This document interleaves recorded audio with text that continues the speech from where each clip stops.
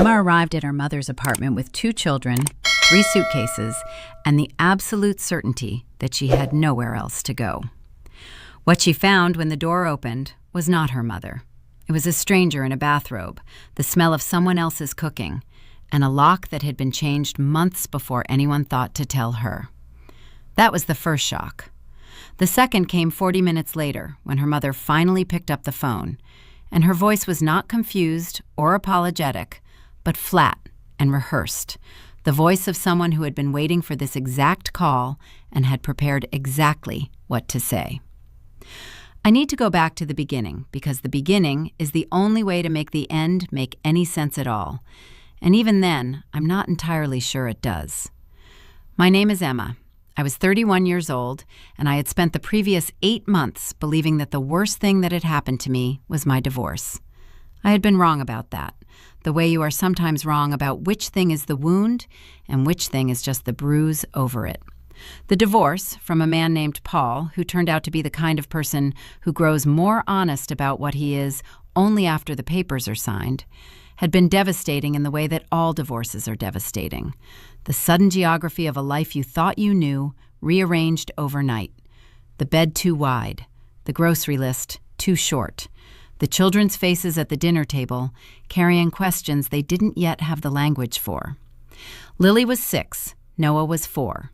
They understood that Daddy didn't live with us anymore, and they had adjusted to this the way children adjust to things. Not smoothly, not cleanly, but with the extraordinary resilience of small people who have not yet learned to catastrophize. I was trying to learn from them. The plan had been simple, the way plans always seem simple in the moment before they collapse. Paul and I had sold the house, our house, the one with the yellow kitchen and the porch swing and the garden I had planted in the first year of our marriage, when I still believed that permanence was something you could put into the ground and water, and split the proceeds. My share was enough for a deposit somewhere, but not enough for a deposit somewhere good, not in the city, not in the school district I needed for Lily. My mother, whose name was Carol, had a 3-bedroom apartment in a quiet building 20 minutes from Lily's school and 8 minutes from the pediatric clinic where Noah had his monthly checkups. She had lived there for 11 years. She had raised me, largely, in an apartment 2 floors down in the same building. She knew the super by name. She fed pigeons on the balcony on Sunday mornings and called it meditation. The apartment was hers, fully paid, no mortgage, the only thing of real value that she owned. She had offered. That was the part I kept coming back to in the months that followed, the part that made everything else so much harder to process. She had offered. In April, over the phone, she had said, "Come stay with me for a while, Emma, just until you find something. There's plenty of room. The children can share the big room. It'll be nice to have the noise." And I had said, "Thank you, Mom. I might take you up on that." And she had said, "Please do." Those were the words she used. Please do. I arrived on a Wednesday afternoon in October. The drive had taken 4 hours, which was 2 hours longer than it should have taken, because we stopped twice for Noah's ear, which had been bothering him since the weekend, and once because Lily dropped her water bottle and it rolled under the seat, and she cried about it with the particular operatic intensity of a 6-year-old who has been in a car too long. By the time we pulled into the parking lot of my mother's building, I was tired in the bone-deep way that single parents become tired. Not just from the day, but from the accumulated weight of all the days before it, each one slightly heavier than the last. But I was also, underneath the tiredness, genuinely relieved. I had told myself all the way there, it's going to be okay. You're not starting over, you're just pausing. Mom will make tea, and the kids will sleep in the big room, and in the morning, everything will look manageable. I had 3 suitcases, 2 children, and a box of Lily's books. I could not carry all of it at once, so I left the box in the car and took Lily by one hand and Noah by the other, and we took the elevator to the 4th floor, and I knocked on the door of apartment 4C because I didn't have a key yet, and my mother hadn't mentioned leaving one. The door opened. The person who opened it was a woman I had never seen before in my life. She was perhaps 60, with dyed dark hair and reading glasses pushed up onto her forehead, and she was wearing a bathrobe that was clearly her own, the familiar, slightly shabby kind that you only wear at home. And she looked at me with the particular expression of someone whose evening has been interrupted by an unexpected knock. Behind her, I could see into the apartment. The layout was right, my mother's layout, the hallway leading left to the kitchen and right to the living room. But everything else was wrong. The furniture was different. The smell was different. Garlic and something herbal, not my mother's Chanel No. 5 and the faint vanilla of her beeswax candles. On the wall where my mother had always hung a large framed print of a Klimt painting, there was a landscape I didn't recognize. I said, "I'm sorry, I think I have the wrong floor." But even as I said it, I could see the number on the door, 4C. I had the right floor. I had the right number. I had the wrong everything else.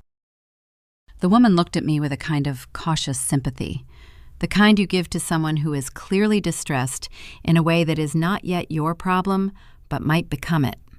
She said, "Can I help you?" And I said, "I'm looking for Carol Marsh. She lives here. She's lived here for 11 years. The woman's expression shifted slightly, something tightening behind the eyes, and she said, "I've been here since August. I'm sorry, I don't know anyone by that name." I stood in the hallway of my mother's building, in the fourth-floor corridor with its particular smell of old carpet and radiator heat and the faint echo of someone's television 2 doors down, and I tried to make that sentence mean something other than what it meant. Since August. 2 months. My mother had called me in September to confirm that I should come in October. She had said, "The room is ready. I put fresh sheets on." She had said, "I bought Noah those little yogurt cups he likes." She had said all of those things, and all of that time her apartment had been occupied by a stranger. Lily looked up at me and said, "Mommy, is this Grandma's house?" I said, "Yes, baby, just wait here a moment." I stepped back from the door and I called my mother. The phone rang 4 times, which was 2 more times than it usually rang before she picked up, and when she answered, her voice was exactly as I described it, flat, prepared, waiting. She said, "Emma." Just my name, the way you say a name when you've been rehearsing the conversation. I said, "Mom, there is a stranger in your apartment." And she said, "I know." And the floor of the corridor, which was perfectly solid, perfectly real, suddenly felt like it was made of something less reliable than it had been a moment before. She did not explain, not on the phone. She said she would explain when she saw me. She said she was staying at a friend's, a woman named Patrice, someone I had met once or twice over the years, sensible, a retired school teacher. She gave me an address. She told me to come. Her voice throughout all of this was steady in a way that I could not read. It might have been the steadiness of someone managing guilt, or it might have been the steadiness of someone who had been managed. I did not yet know which one it was. That distinction, I would come to understand, was everything. I put the children back in the car. I did not cry. I was too disoriented to cry, too busy cycling through possible explanations with the rapid, slightly frantic efficiency of a person trying to prevent themselves from catastrophizing before they have the facts. Maybe my mother had sublet the apartment without telling me. Careless, hurtful, but explainable. Maybe there had been a maintenance emergency, water damage, something that had temporarily displaced her and she had forgotten to call in the chaos. Maybe she had forgotten. My mother was 63, sharp and present and not remotely confused as a general rule. But people had off months, didn't they? People dropped threads.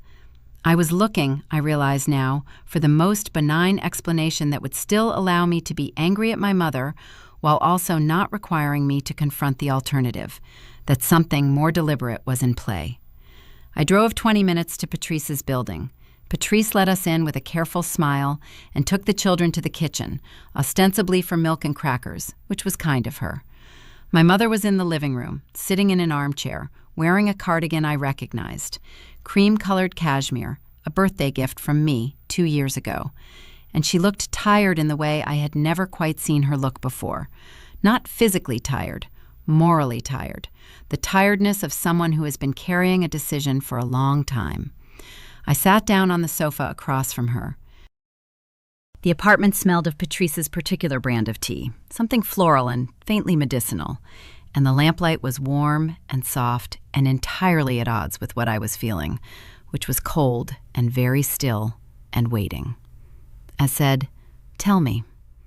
And my mother looked at her own hands for a moment, and then she looked at me and she said, "Your brother came to see me in July." My brother. His name was Marcus. He was 38, 7 years older than me, and I had not spoken to him in over 2 years, not since a phone call that had ended with him telling me, among other things, that I had always been the favored child, and that everything good that had ever happened to our family had happened because of him, and his contributions, and his sacrifices, and that one day I would understand that. I had put down the phone and thought, I hope I never understand that. And for 2 years, I had not had to. Marcus had come to see my mother in July. He had come with his wife, Diane, and with a folder of papers. And what he had proposed, what he had laid out on my mother's kitchen table, the same table where I had done homework for 18 years, the same table where we had eaten every Christmas dinner I could remember, was a solution to a problem I had not known existed. My mother had, it turned out, been struggling financially for considerably longer than she had let on to me. The pension from her years as a school administrator was smaller than it had once been. There had been some adjustment, some reclassification, the details of which she had never shared because she had never wanted to worry me. She had been drawing down savings, slowly and then more quickly, for approximately 3 years. The apartment was paid off, yes, but there were bills, there were medical costs, there were the ordinary and relentless expenses of being a 63-year-old woman living alone in a city where the cost of being alive increased every year. She had not told me. I want to be precise about this because it matters. She had not told me. She had called me every Sunday and asked about the children and listened to me talk about the divorce and the house sale and my own exhaustion, and she had never once said, "Emma, I'm worried about money." Marcus had known. I didn't ask him how that first evening at Patrice's. I was still assembling the picture, still trying to understand the shape of it. But he had known, and he had come with Diane and a folder of papers and a plan.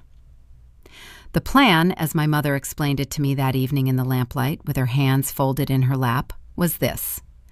Marcus would arrange a tenant for the apartment. The rental income would cover my mother's monthly shortfall and then some. My mother would move into the spare room at Marcus and Diane's house, temporarily, she stressed, just temporarily, until things stabilized, and the apartment would generate income that would allow her to rebuild her savings and eventually return. It was, described like that, reasonable. I kept waiting for the part where it became unreasonable. And then my mother said, "He had me sign some papers." And the cold stillness inside me became something else, something with an edge to it. I said, "What kind of papers?"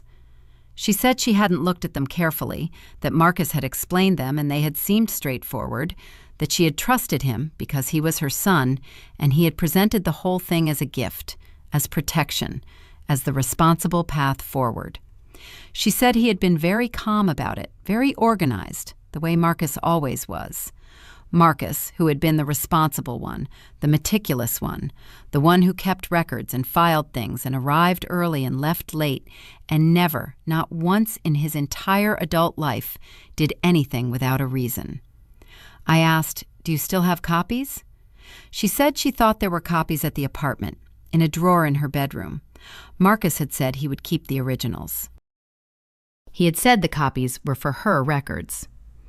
I sat in Patrice's lamplight, and I looked at my mother, and I tried to find, somewhere in her careful, tired face, the explanation for why she had not called me, why she had let me drive 4 hours with my 2 children and 3 suitcases toward an apartment that had been occupied by a stranger since August, why she had confirmed in September that the room was ready and the yogurt cups were in the fridge and said, "Please do come," and not mentioned any of this. And my mother, who had raised me to be honest the way some people are raised to be religious, as a fundamental, unquestioned practice of daily life, looked at me and said, "He told me not to tell you yet. He said he wanted to explain it to you himself. He said you were going through enough." That was the moment. Not the stranger in the bathrobe, not the unfamiliar furniture, not even the papers. It was that sentence. He said you were going through enough. Because I recognized it immediately, the way you recognize a technique when you finally understand what it is. The performance of protectiveness that is, in fact, the performance of control. Marcus hadn't wanted to protect me from distressing news. Marcus had wanted to control the moment when I found out. He had wanted to manage my reaction. He had wanted to be in the room, or more precisely, he had wanted me not to be able to react until he had already shaped the context around me. I said, very quietly, "Where are Marcus and Diane now?" My mother said they were at home. Their house was 40 minutes away. I said, "Call him. Tell him I'm here." My mother looked at me with that particular maternal attentiveness, the look that knows your tone before you can explain it, and she said, "Emma, don't." I said, "Call him, Mom." And she called him. He arrived an hour later. I had put the children to bed in Patrice's guest room. Lily curled around Noah in the way she always slept when they shared a bed, and I had washed my face and drunk a glass of water and sat at Patrice's kitchen table and thought very carefully about what I wanted to say and how I wanted to say it. Patrice, who was a woman of considerable wisdom and even more considerable discretion, had made another pot of tea and then found a reason to be in another room.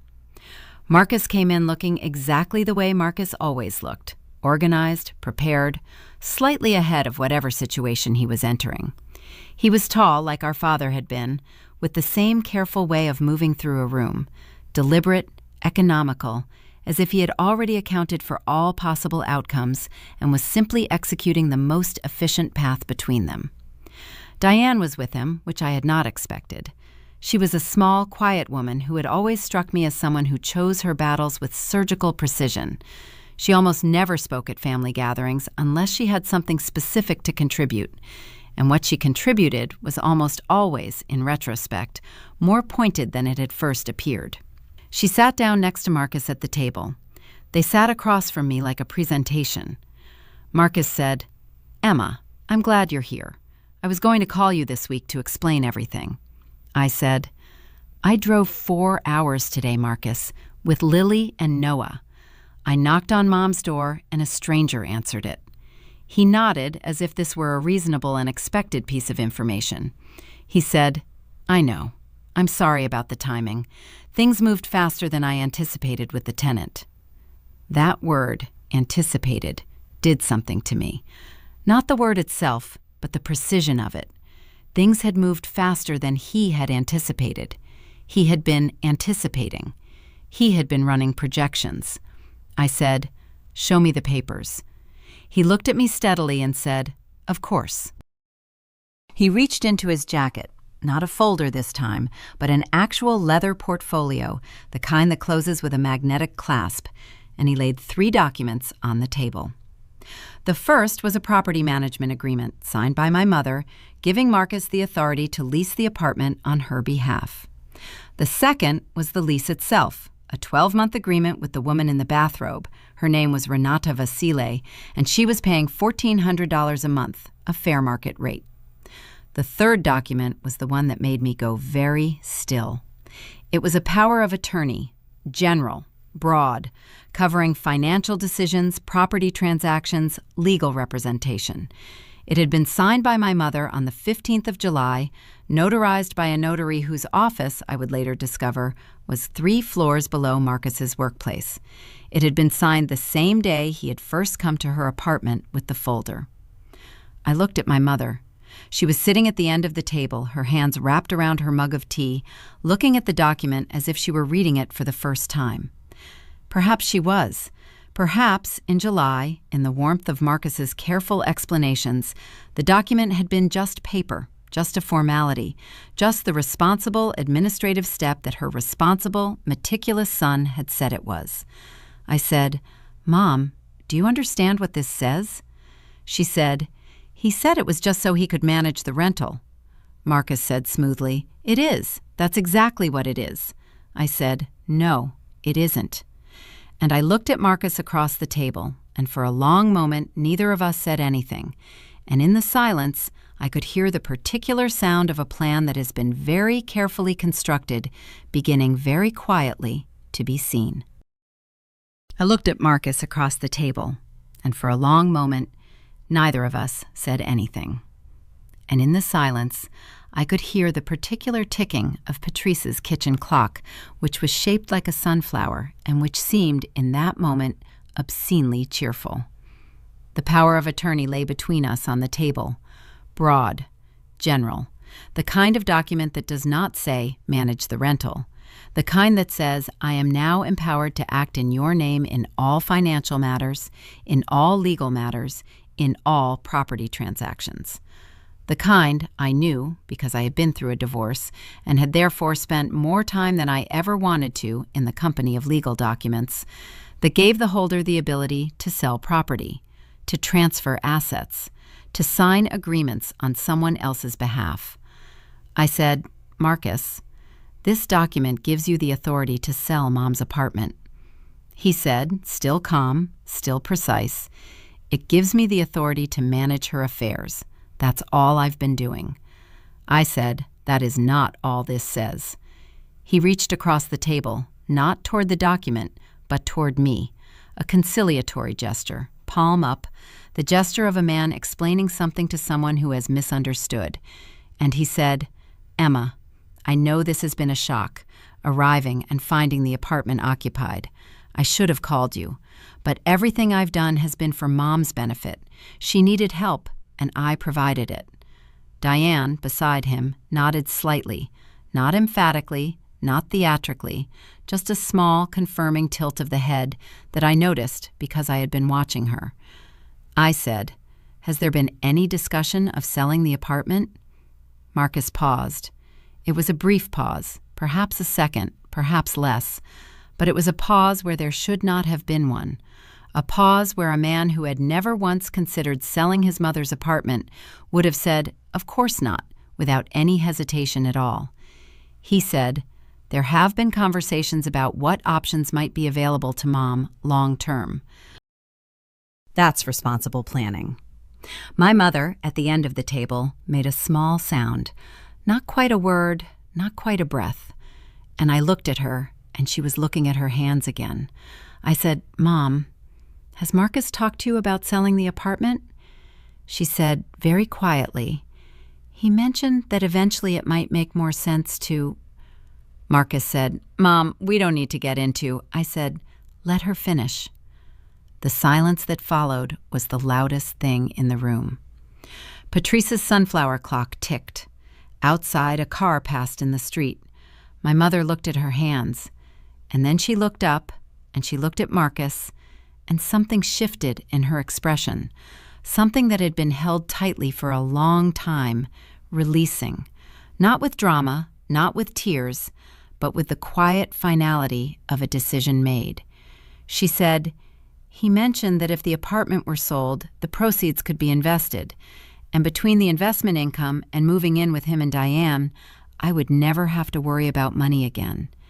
She said, "He said it would be the sensible thing." She said, "He said you would understand eventually." That phrase again, "you would understand eventually." The phrase that means we have already decided and your understanding is not required, only your eventual acceptance. I picked up the power of attorney from the table. I held it and I read it, the whole thing, slowly, every clause, while Marcus watched me with the particular stillness of someone who is very confident in the structure they have built, but is beginning incrementally to be less confident than they were 10 minutes ago. The document was dated July 15th. It had been notarized. It was, on its face, valid. And in the hands of a man who had already demonstrated that he was capable of moving a tenant into his mother's apartment without informing her daughter, a man who spoke of selling family property as sensible long-term planning, a man who had advised my mother not to tell me anything until he was ready to control the narrative. In those hands, this document was not a management tool. It was a key, and he had been holding it since July. I set the document down. I looked at Marcus, and I said, I'm going to need you to explain to me exactly what conversations you have had with any real estate agent, any lawyer, or any buyer regarding this apartment. I'm going to need those answers tonight, and I'm going to need them to be true.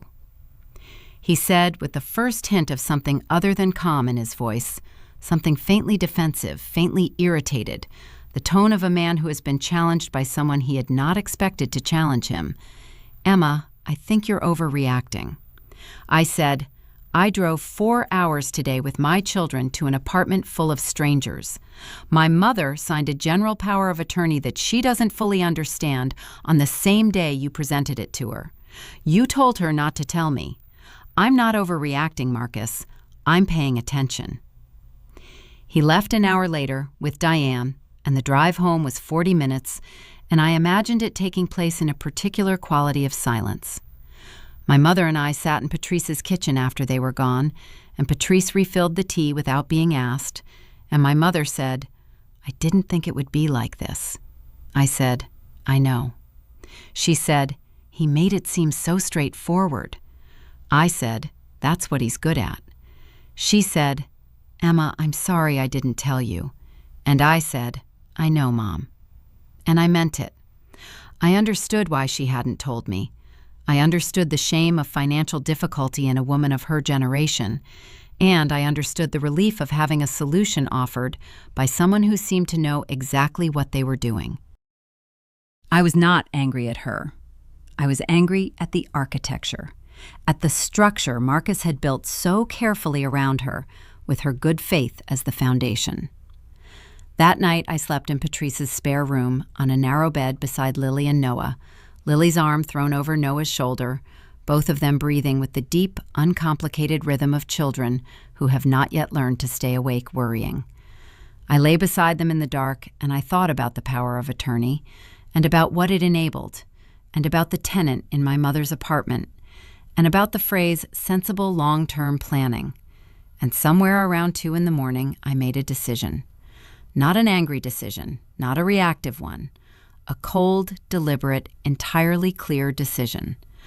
I was going to understand exactly what had been done, and I was going to undo it. In the morning, I called a lawyer.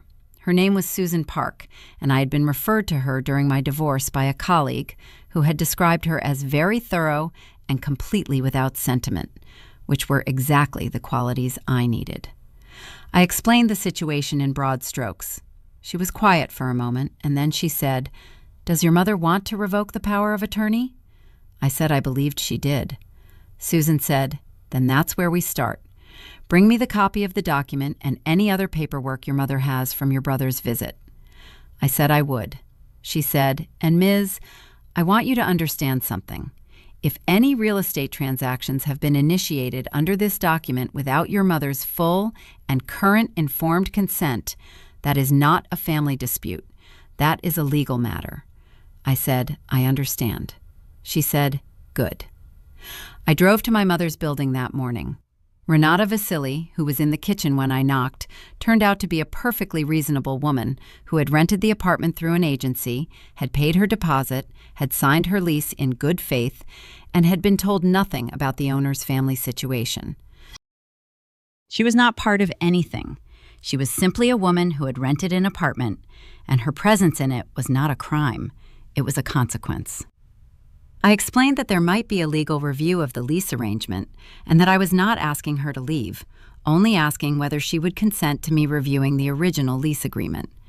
She said she had nothing to hide and showed me her copy. The agency named on the lease was one I didn't recognize, but the commission recipient, the individual who had arranged the rental and received the finder's fee, was listed as M. Harrow, which was Marcus's wife's maiden name. I stood in the kitchen of my mother's apartment in the smell of someone else's garlic and someone else's herbs, and I took a photograph of that line with my phone. M. Harrow. Diane had collected a fee from the placement of a tenant in her mother-in-law's apartment. the apartment that Marcus now had the legal authority to sell, the apartment that generated monthly income that, I checked that evening when I sat with my mother and went through every document she had, was being deposited not into my mother's account, but into a joint account that Marcus had opened in both their names in August, 3 weeks after the power of attorney was signed. My mother had not known about the joint account. She had believed the rental income was going somewhere on her behalf, building toward her stability, exactly as Marcus had described. She had not received a statement. She had not been given a debit card. She had been given instead an allowance, $500 a month in cash, which Marcus brought when he visited, which he presented as her share of the income, which was, I calculated when I saw the lease amount, approximately 1/3 of what was actually being deposited. I sat at Patrice's kitchen table that evening with all of the documents laid out in front of me, and I counted. The tenant had been in the apartment since August. 3 months of rent at $1,400, $4,200, minus the $500 per month Marcus had been giving my mother, $1,500. Marcus and Diane had collected over 3 months $2,700 from my mother's property, and they had done it legally, or nearly legally, or in the gray zone between legality and something else, because they had a document with my mother's signature on it, obtained on the same day it was presented to her by her son, whom she trusted, in her own kitchen, at her own table. I called Susan Park back that evening. I told her what I had found. There was a pause, and then she said, "Send me photographs of everything." I did. She called me back 20 minutes later and said, "Okay, here's what we're going to do. The revocation of the power of attorney was the first step, and it was the simplest. My mother signed a revocation document in Susan's office 2 days later, with Susan as witness, and copies were sent by registered mail to Marcus, to the notary who had witnessed the original, and to the agency that had placed the tenant. Marcus received his copy on a Friday morning, and by Friday afternoon, he had called my mother 4 times and me twice. I did not answer. My mother, following Susan's advice, did not answer either. He left messages. The first 2 were measured and managerial. "We should discuss this, Mom. There's no need for lawyers. This is a family matter." The third was less measured. The fourth was the kind of message that a person leaves when they have realized that the structure they spent months building is beginning to be dismantled, and the dismantling is being done by people who are not going to stop. 2 weeks later, Susan filed a formal complaint with the State Financial Oversight Board regarding the undisclosed commission collected by Diane under her maiden name, and a civil claim for the return of the rental income that had been withheld from my mother over 3 months. Marcus responded through his own lawyer, which was both predictable and, in its way, clarifying. A man who responds to a family financial dispute by immediately lawyering up is a man who understands that what he did was not, strictly speaking, a gift. The civil claim was settled 4 months later. Marcus and Diane returned the withheld rental income in full and paid an additional sum in legal costs. The joint account was closed. The power of attorney was gone. The lease with Renata Vasile continued because my mother decided, and it was her decision, made clearly and without pressure from anyone, that the rental income, properly managed and deposited into her own account, was actually a useful thing. She moved back into the apartment 6 months after I arrived at the door to find a stranger in a bathrobe. Renata had found a new place by then, cordially, with adequate notice, and had left the apartment cleaner than she'd found it. Marcus and I did not speak for a long time after the settlement. When we finally did, a careful, formal phone call, the kind that takes place between people who were once close and are now managing a perimeter, he said that he had believed he was helping. I said I was sure some part of him had. I said that the part of him that had opened a joint account without telling her and directed rental income into it and paid her an allowance instead and collected a commission through Diane's maiden name, I said that part of him had known exactly what it was doing. He didn't argue with that. The silence on the line was the silence of a man who has been seen clearly and has decided that denying it is no longer worth the effort. My mother called me that evening after the phone call with Marcus, and she said, "How do you feel?" I said, "Tired, but okay." She said, "I should have called you in July." I said, "Yes." She said, "I was ashamed." I said, "I know, Mom, but you should have called me." She said, "I know."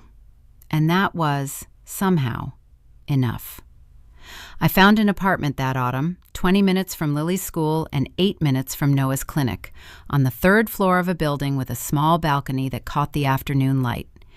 It was not as large as I had imagined, and the deposit took most of what I had, and the first few months were tight in the way that first months always are.